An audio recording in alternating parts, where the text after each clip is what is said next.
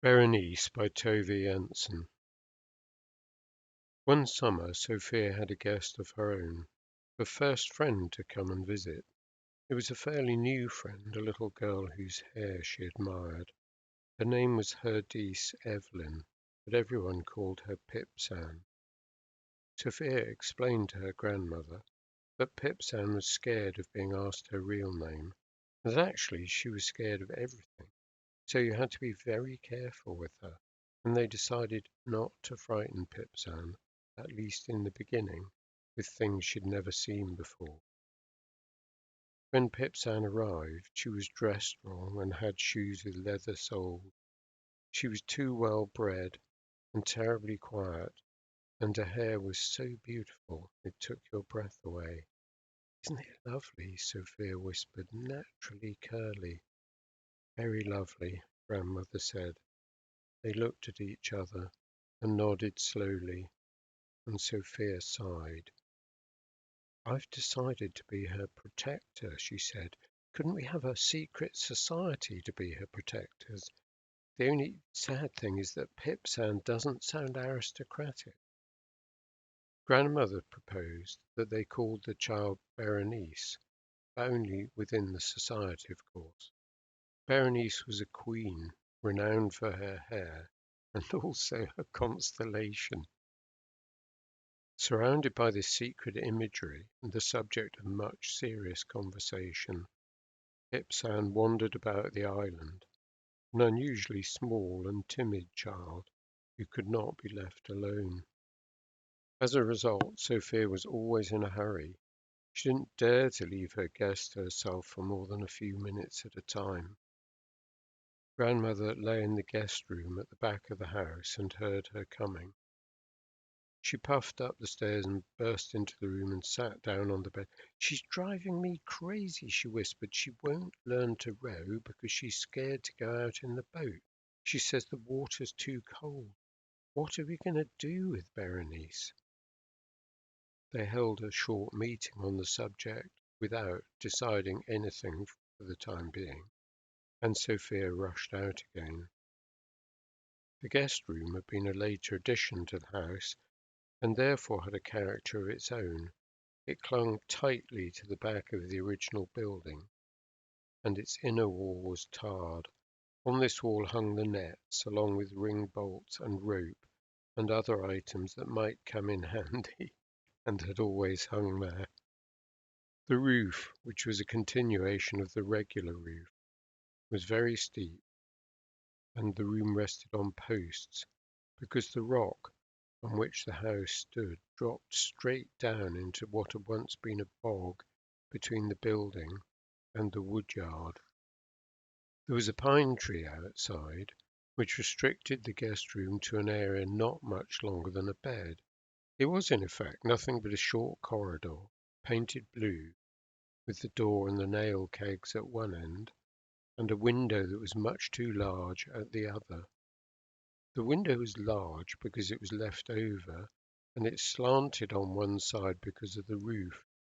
The bed was white with ornamentation in blue and gold. Underneath the guest room they stored lumber, empty cartons, picks and shovels, cans of coal tar, petrol and wood preservatives, plus some aging bait boxes and other odds and ends still too good to be thrown away. In other words, the guest room was a very pleasant place and quite distinct from the rest of the house. The details don't really matter. Grandmother went back to her book and more or less forgot about Berenice. From the southwest came a steady summer wind that whispered sleepily around the house and on across the island. She could hear the weather report on the radio inside the house, a corner of sunshine edged across the window sill.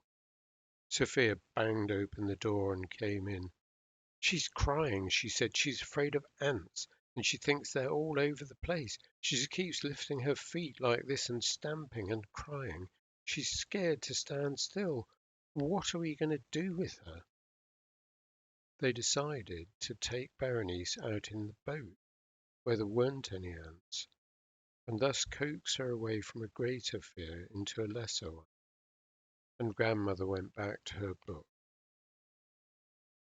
By the foot of her bed was a nice painting of a hermit. It was a colour reproduction on shiny paper and had been cut out of a book. It showed a desert in deep twilight, nothing but sky and dry earth. In the middle was the hermit, lying in his bed, reading. He was in a kind of open tent, and beside him was a bedside table with an oil lamp. The whole space occupied by the tent, the bed, the table, and the circle of light was hardly bigger than the man himself.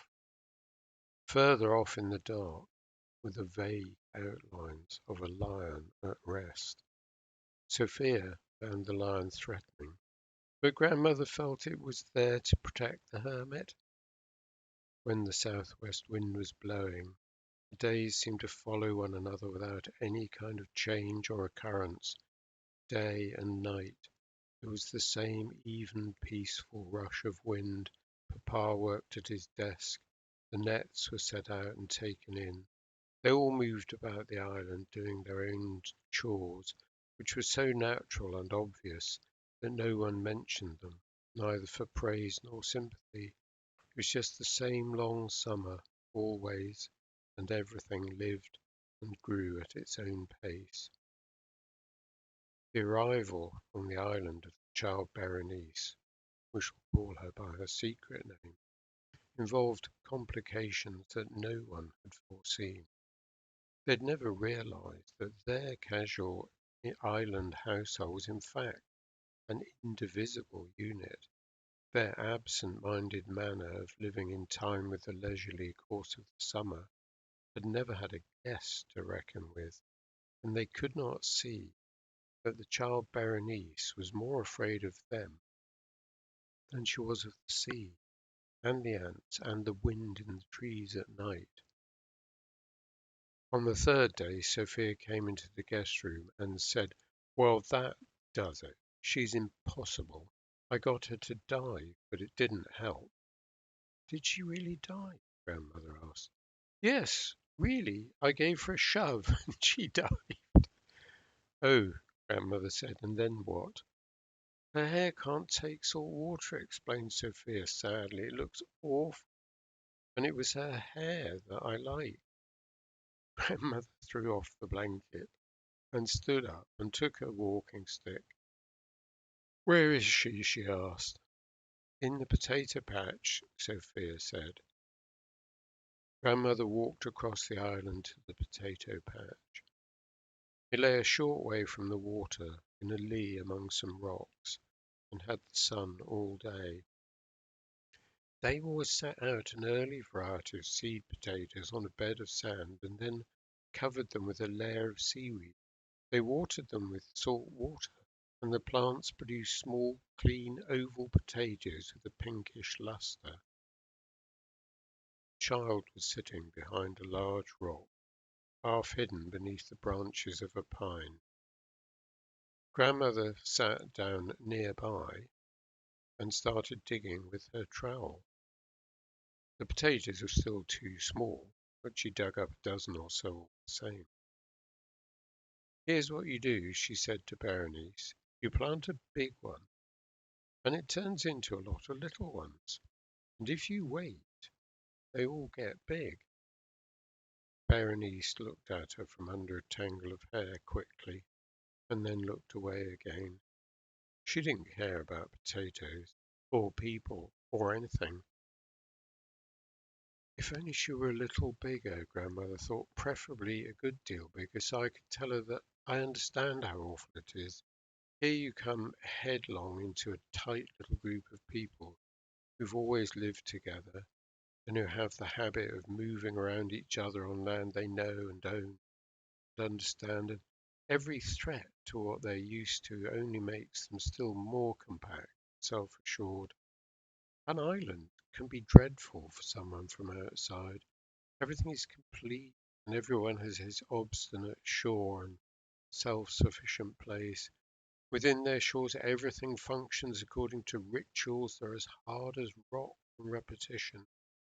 And at the same time, they amble through their days as whimsically and casually as if the world ended at the horizon. Grandmother thought about all these things so intensely that she forgot about the potato and Berenice. She gazed out over the lee shore to the waves that swept round the island on both sides and then rejoined and moved on towards the mainland, a long blue landscape of vanishing waves that left only a small wedge of quiet water behind. A fishing boat with a big white moustache was sailing across the bay. "Oh, look," Grandmother said, "there goes a boat."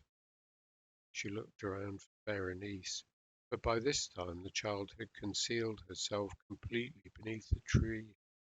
"Oh, look," said Grandmother once again, "here come some bad men. We'd better hide." With some difficulty she crawled in under the pine tree. "See," she whispered, "there they are. They're coming.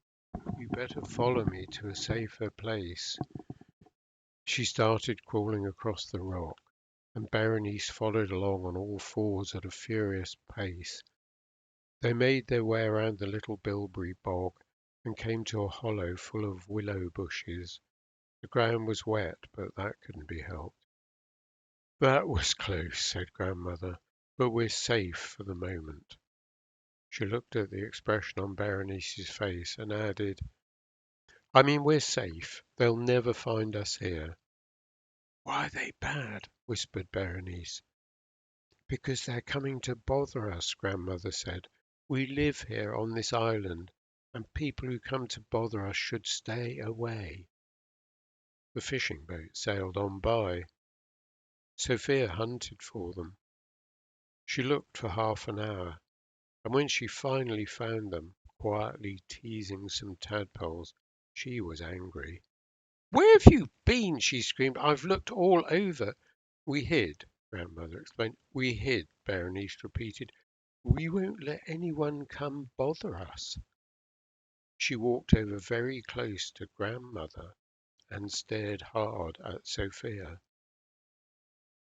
Sofia didn't answer, but turned abruptly and ran away. The island shrank and grew crowded. Wherever she went, she was aware of where they were. She had to stay away from them, but the minute they disappeared, she was forced to search them out so she could ignore them again. After a while, Grandmother got tired and started up the guest room stairs. "I'm going to read for a while," she said. "You go and play with Sofia." "No," said Berenice. "Well, then play by yourself." "No," said Berenice. She was scared again. Grandmother went after a pad of paper and a charcoal pencil, put them down on the steps. "Draw a picture," she said. "I don't know anything to draw," the child said. "Draw something awful," Grandmother said, for she was really tired now. "Draw the awfulest thing you can think of and take as much time as you possibly can." Then she closed and latched the door and lay down on the bed and pulled the covers up over her head. The southwest wind whispered peacefully, distantly in from the sea and enveloped the island's inner core, the guest room and the woodyard. Sofia pulled up the bait box to the window and climbed up and gave 3 long and 3 short knocks on the window pane. When Grandmother emerged from her blankets and opened the window a crack, Sofia informed her that she had withdrawn from the society. "That Pipsan," she said. "I'm not interested in Pipsan." "What's she doing?" She's drawing the awfulest thing she can think of." "She can't draw," whispered Sofia passionately. "Did you give her my pad? What does she have to draw for?" The window slammed shut and Grandmother lay down again. Sofia came back 3 times, each time with a dreadful picture. which she pasted up on the window, facing in towards the guest room. The first picture showed a child with ugly hair who stood screaming as large ants crawled over her body. The second showed the same child being hit on the head with a stone. The third was a more general view of a shipwreck, from which grandmother concluded that Sophia had worked off her anger. When she'd opened her book and found her place at last, a paper came sliding through the crack under the door. Berenice's drawing was good. It had been done in a kind of painstaking fury, and depicted a creature with a black hole for a face. The creature was moving forwards with its shoulders hunched. Its arms were long scalloped wings like those on a bat. They began near its neck and dragged on the ground on either side, a prop or perhaps a hindrance for the vague, boneless body. It was such an awful and such an expressive picture that grandmother was filled with admiration. She opened the door and called, "It's good. It's a really good drawing." She didn't look at the child, only at the drawing, and the tone of her voice was neither friendly nor encouraging. Berenice remained seated on the steps, did not turn round. She picked up a little stone and threw it straight up in the air, whereupon she stood up and walked slowly and dramatically down towards the water. Sophia stood on the woodpile and waited. "What's she doing now?" grandmother asked. "She's throwing stones in the water," Sophia said. "She's going out on the point." "That's good," grandmother said. "Come here and look at what she did. What do you think?" "Well, yes," Sophia said. Grandmother put the picture on the wall with a couple of thumbtacks. "Very original," she said. "Now let's leave her in peace." "Can she draw?" asked Sophia gloomily. "No," grandmother said, "probably not. She's probably one of those people who do one good thing, and then that's the end of it." End of story.